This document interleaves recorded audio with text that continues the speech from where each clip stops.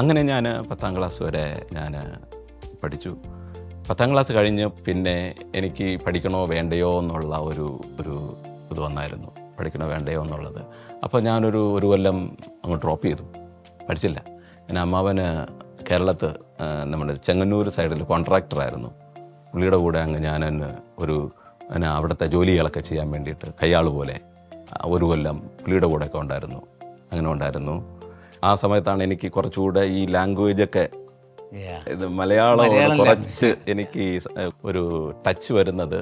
ആ സമയത്ത് ഞാൻ 10ാം ക്ലാസ് കഴിഞ്ഞിട്ട് കേരളത്തിൽ പോയി, അവിടെ എല്ലാം മലയാളമല്ലേ, അങ്ങനെ പിന്നെ ബോർഡർ ആയതുകൊണ്ട് നമുക്ക് മനസ്സിലാവും. അങ്ങനെ ചെറിയൊരു ടച്ച് വരുന്നു. ഒരു കൊല്ലം കഴിഞ്ഞ് ഞാൻ തിരിച്ച് വന്ന് +2 പഠിക്കുകയാണ്. +2 പഠിച്ചപ്പോൾ ആ സമയത്ത് നമ്മുടെ ഇതിനു മുമ്പിരുന്ന അച്ഛന് മാറിപ്പോയി. +1 പഠിക്കുന്ന സമയത്ത് ജോസഫ് കരിമ്പാലിൽ അച്ഛൻ ചങ്ങനാശ്ശേരിയിൽ നിന്നുള്ള അന്നത്തെ VG ആയിരുന്നു, ട്രാൻസ്ഫറായി ഞങ്ങളുടെ ഇടവകയിലാണ് വികാരി അച്ഛനായിട്ട് വരുന്നത്. അപ്പോൾ ഞാൻ +1 പഠിക്കുകയാണ്.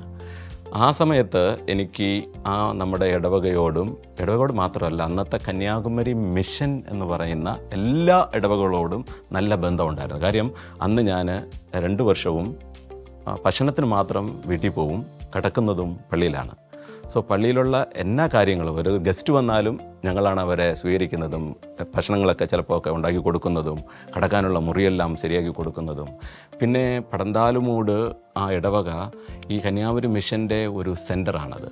എല്ലാ പ്രവർത്തനങ്ങളെയും ക്രോഡീകരിക്കുന്നത് അവിടെയാണ്. സോ അതുകൊണ്ട് ഇവിടുത്തെ എല്ലാ വൈദികരും പിന്നെ സിസ്റ്റേഴ്സ്, പിന്നെ എല്ലാ കോമ്പറ്റീഷൻസും ട്രെയിനിങ് പ്രോഗ്രാം എല്ലാം നടക്കുന്നത് അവിടെയാണ്. അതുകൊണ്ട് ഐ ആം നാച്ചുറലി അവിടുത്തെ 2 പേര്, ലൂക്കാസ് സാറും പിന്നെ നടരാജൻ, അവരോട് കൂടെ ഞാനും എൻ്റെ കുറച്ച് സുഹൃത്തുക്കളൊക്കെ ഉണ്ട്, എല്ലാം നിന്ന് പള്ളിയോടുള്ള എല്ലാ കാര്യങ്ങളും. അപ്പോഴാണ് ആ സമയങ്ങളിലാണ് എനിക്ക് കൂടുതലായിട്ട് നമ്മുടെ വൈദികരുടെയും സിസ്റ്റേഴ്സിൻ്റെയും ജീവിതവും കമ്മിറ്റ്മെൻറ്റും എനിക്ക് അടുത്തിരുന്ന് അറിയാൻ പറ്റിയ നിമിഷങ്ങളാണ്. പിന്നെ ഞാൻ എടുത്തു പറയേണ്ട 1-2 കാര്യങ്ങളെന്ന് പറയുന്നത്, ഞങ്ങൾ ഒരു ക്രിസ്ത്യൻ കാത്തലിക് ചർച്ച് വന്ന ഉടനെ ഞങ്ങളെല്ലാം സഹായിക്കാൻ വേണ്ടിയിട്ട് ഞങ്ങൾക്ക് സിസ്റ്റേഴ്സ് ഉണ്ടായിരുന്നു. പ്രത്യേകമായിട്ട് OMMI സിസ്റ്റേഴ്സ് ഒരിക്കലും ഞങ്ങളുടെ കുടുംബത്തിൻ്റെ എല്ലാവരുടെയും ഈ ഫോർമേഷന് വേണ്ടിയിട്ട്, ഞങ്ങളുടെ ജീവിതത്തിൽ അങ്ങനെ പാവപ്പെട്ടതായതുകൊണ്ട് എല്ലാ കാര്യത്തിനും ഞങ്ങൾ ഓടിപ്പോകുന്നത് അവിടെയാണ്, സിസ്റ്റേഴ്സിൻ്റെ അടുത്താണ്. അവരെ ഞങ്ങളെപ്പോഴും സഹായിച്ചിട്ടുണ്ട്, വളർത്തിയിട്ടുണ്ട്, എല്ലാ കാര്യത്തിലും പ്രോത്സാഹിപ്പിച്ചിട്ടുണ്ട്. ആത്മീയ കാര്യത്തിൽ ഞങ്ങളെ ധ്യാനത്തിന് വിടുന്നതും, ഞങ്ങൾ കുർബാനയ്ക്ക് അഡോറേഷൻ എങ്ങനെയൊക്കെ ചെയ്യണമെന്ന് കാണിച്ചു തരുന്നതും എല്ലാം അവരുടെ പങ്കാളിത്തം ഒത്തിരി എനിക്കും പ്രത്യേകിച്ചുണ്ട്. അതെല്ലാം ഞാനിപ്പോൾ നന്ദിയോടെ ഓർക്കുകയാണ്. പിന്നെ ഞാൻ പള്ളി വരുമ്പോൾ എനിക്കവിടെ FCC സിസ്റ്റേഴ്സ് ഉണ്ട്, ASMI സിസ്റ്റേഴ്സ് ഉണ്ട് പള്ളിയിൽ, പിന്നെ SH സിസ്റ്റേഴ്സ്, ഇവരെല്ലാവരുടെ കൂടെ നല്ല ബന്ധമായി. അങ്ങനെ വന്നപ്പോഴാണ് ഞാൻ 10ാം ക്ലാസ് കഴിഞ്ഞ ഉടനെ എൻ്റെ മനസ്സിൽ തോന്നിയത്, എനിക്കൊരു വൈദികനായ 10ാം ക്ലാസ് കഴിഞ്ഞ് ഞാൻ കേരളത്തിൽ നിന്നൊക്കെ തിരിച്ചു വന്ന് ഈ പുതിയ അച്ഛൻ വന്ന ഉടനെ എനിക്ക് തോന്നി, എനിക്ക് ഒരു അച്ഛനായ കൊള്ളാം, ഇവരെ പോലെ നിന്നാൽ കൊള്ളാമെന്ന് തോന്നി. അപ്പം ഞാൻ പോയി എൻ്റെ വികാരി അച്ഛനോട് പോയി പറഞ്ഞു, അച്ഛാ എനിക്ക് ഇങ്ങനെ എന്തെങ്കിലും സാധ്യത ഉണ്ടോ എന്ന് പറഞ്ഞുകൊണ്ട്. അച്ഛൻ എന്നെ നോക്കിയിട്ട് ഒരു സാധ്യത എൻ്റെ മുഖത്തിൽ കണ്ടില്ലെന്നാണ് തോന്നുന്നത്. അന്ന് ഒരു സാധ്യതയും കണ്ടില്ല. ഞാൻ പറഞ്ഞു, ഒരു കാര്യം ചെയ്യ്, നീ +1 പഠിക്കേ, സയൻസ് ഗ്രൂപ്പ് എടുത്ത് +2 കഴിഞ്ഞ് നീ നേഴ്സിംഗ് പഠിച്ചിട്ട് ഞാൻ നിന്നെ കാനഡയ്ക്ക് വിടാം, അവിടെ ഒത്തിരി ഓപ്പർച്യൂണിറ്റി ഉണ്ട്, നിനക്ക് പോവാം, അങ്ങനെ നീ രക്ഷപ്പെട്ട് കുടുംബത്തെ എല്ലാം നോക്കി നന്നായിട്ട് വന്നേരെന്നാണ് എന്നോട് അച്ഛൻ എന്നെ കണ്ടിട്ട്. കാര്യം എനിക്കങ്ങനെ ഒരു ആഗ്രഹം ഉണ്ടെങ്കിലും എൻ്റെ അവിടുത്തെ ജീവിത the way that I lived, അത് മറ്റുള്ളവർക്ക് അങ്ങ് ഈ ജീവിതത്തോടുള്ള ഒരു അടുപ്പത്തിനൊന്നും കാണിച്ചിട്ടില്ലായിരിക്കാം. അങ്ങനെ ആയതുകൊണ്ടാണ് ചിന്തിച്ചത്. പിന്നെ അതുകൊണ്ട് ഉടനെ അച്ഛൻ തന്നെ അന്ന് എനിക്ക് +1 ചേരാൻ വേണ്ടിയിട്ടുള്ള കാശൊക്കെ തന്നത് അച്ഛനാണ്. അങ്ങനെ സയൻസ് ഗ്രൂപ്പ് എടുത്തു. ഒരു കൊല്ലം ഞാൻ പള്ളിയിൽ നിന്നാണ് പഠിച്ചത്. വീട്ടിൽ ഭക്ഷണത്തിന് പോവും. അച്ഛൻ ട്രാൻസ്ഫറായി അവിടെ നിന്ന് അങ്ങോട്ട് പോകുന്നു. നമ്മുടെ എടത്വ പള്ളിയിൽ വികാരിയച്ഛനായിട്ട് അങ്ങോട്ട് പോകുന്നു. ഞങ്ങളുടെ പള്ളിയിൽ മാത്യു വാക്കേൽ എന്ന് പറഞ്ഞുകൊണ്ട് ഒരു അച്ഛൻ അവിടെ വരുന്നു. അപ്പോൾ 2ാമത്തെ കൊല്ലം +2 ഞാൻ സാധാരണ ഒരു സിമ്പിൾ പാസ്സാണ് എനിക്ക് കിട്ടിയത്, പാസ്സായി. അപ്പോൾ എല്ലാവരും അടുത്ത് എവിടെയാണെന്നൊക്കെ എന്നോട് ചോദിക്കുമായിരുന്നു. അപ്പോൾ ഞാൻ ഫ്രണ്ട്സിനോട് ഇതുവരെ അറിയില്ലായിരുന്നു ഞാനിങ്ങനെ ഒരു അച്ഛനായിട്ട്. അവരെന്നെ ഒരു കളിയാക്കുമായിരുന്നു, ഓ നീയോ അങ്ങനെ. കാര്യം ഞാൻ എല്ലാവരും ഒരു ഹാപ്പി ആയിട്ടും അടിച്ചു പൊളിച്ചും സാധാരണ ഒരു ജീവിതം, ഒരു സെയിൻ്റ്ലി ഓർ ഹോളി അങ്ങനെയുള്ള ഒരു സ്വഭാവമേ എനിക്ക് ഇല്ലാത്തത് കൊണ്ടുള്ള ഒരു ഇതായിരിക്കാം.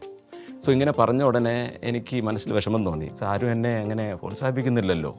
പക്ഷേ പിന്നെ ഇങ്ങനെ എൻ്റെ ഫ്രണ്ട്സും കുറച്ച് 1-2 സാറുമാർ അങ്ങനെ പറഞ്ഞതുകൊണ്ട് വികാരിയച്ഛനോട് ചോദിക്കാൻ എനിക്ക് ഭയങ്കര മടിയായിരുന്നു. ഞാൻ നേരെ ഇവിടെ പോയി എടത്തുവായിൽ എൻ്റെ പ്രീവിയസ് എന്നെ പഠിക്കാൻ സഹായിച്ച വികാരിയച്ഛൻ്റെ അടുത്ത് ഞാൻ ചെന്നായിരുന്നു. അച്ഛനോട് പോയി കണ്ടിട്ട്, അച്ഛാ എനിക്കിങ്ങനെ ഒരാഗ്രഹം, അപ്പം നീ അത് മറന്നില്ലേ അന്ന് പറഞ്ഞത്, ഇപ്പോഴും നിൻ്റെ മനസ്സിലുണ്ടോ? എന്നാ ഇത് നിൻ്റെ വിളി അത് സത്യമാണ്. അപ്പോഴാണ് അച്ഛന് മനസ്സിലായത് എനിക്ക് വിളിയുണ്ടെന്നുള്ളത്.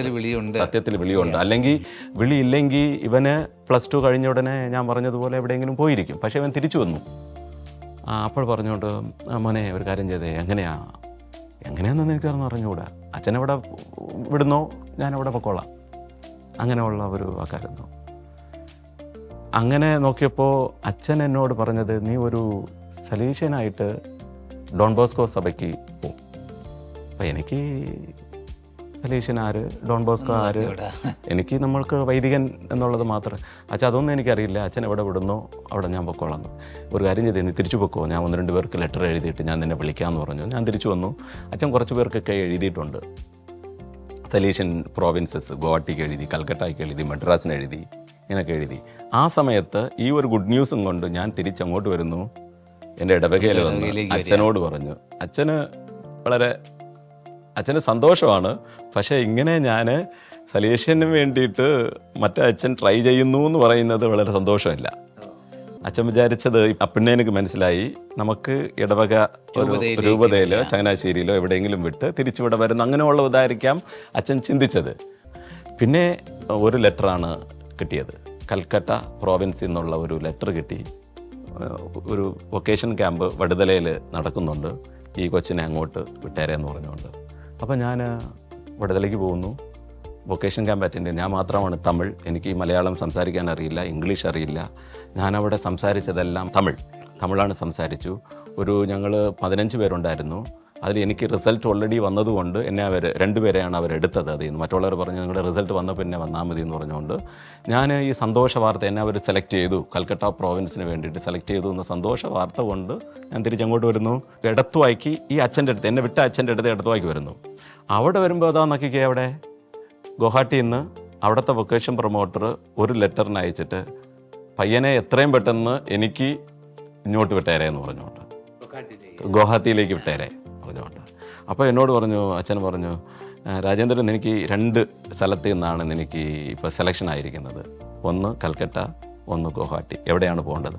അതുകൊണ്ട് അച്ഛൻ എനിക്ക് കൽക്കട്ടയും അറിയില്ല, ഗുവാഹട്ടിയും അറിയില്ല, അച്ഛൻ എവിടെ പോകാൻ പറയുന്നു അവിടെ പൊക്കോളാം എന്ന് പറഞ്ഞുകൊണ്ട്.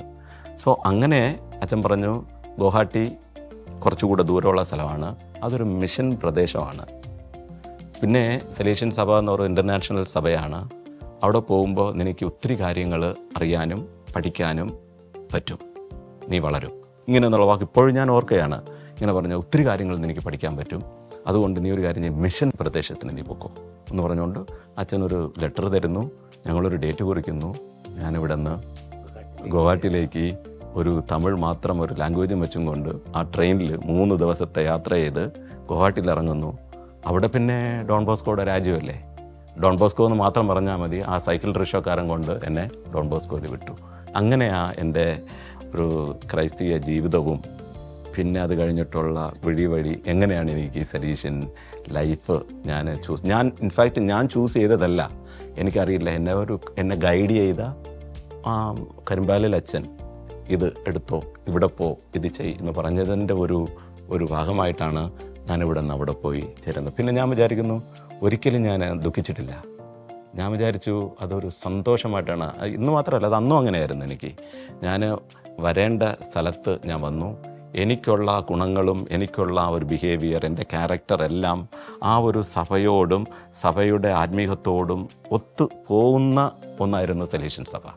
ഞാൻ വിചാരിക്കുന്നു വേറെ എവിടെയെങ്കിലും പോയിരുന്ന ഞാൻ ഇങ്ങനെ ഒത്തിരി ബുദ്ധിമുട്ടുകളൊക്കെ അനുഭവിച്ചേനെ ഞാൻ.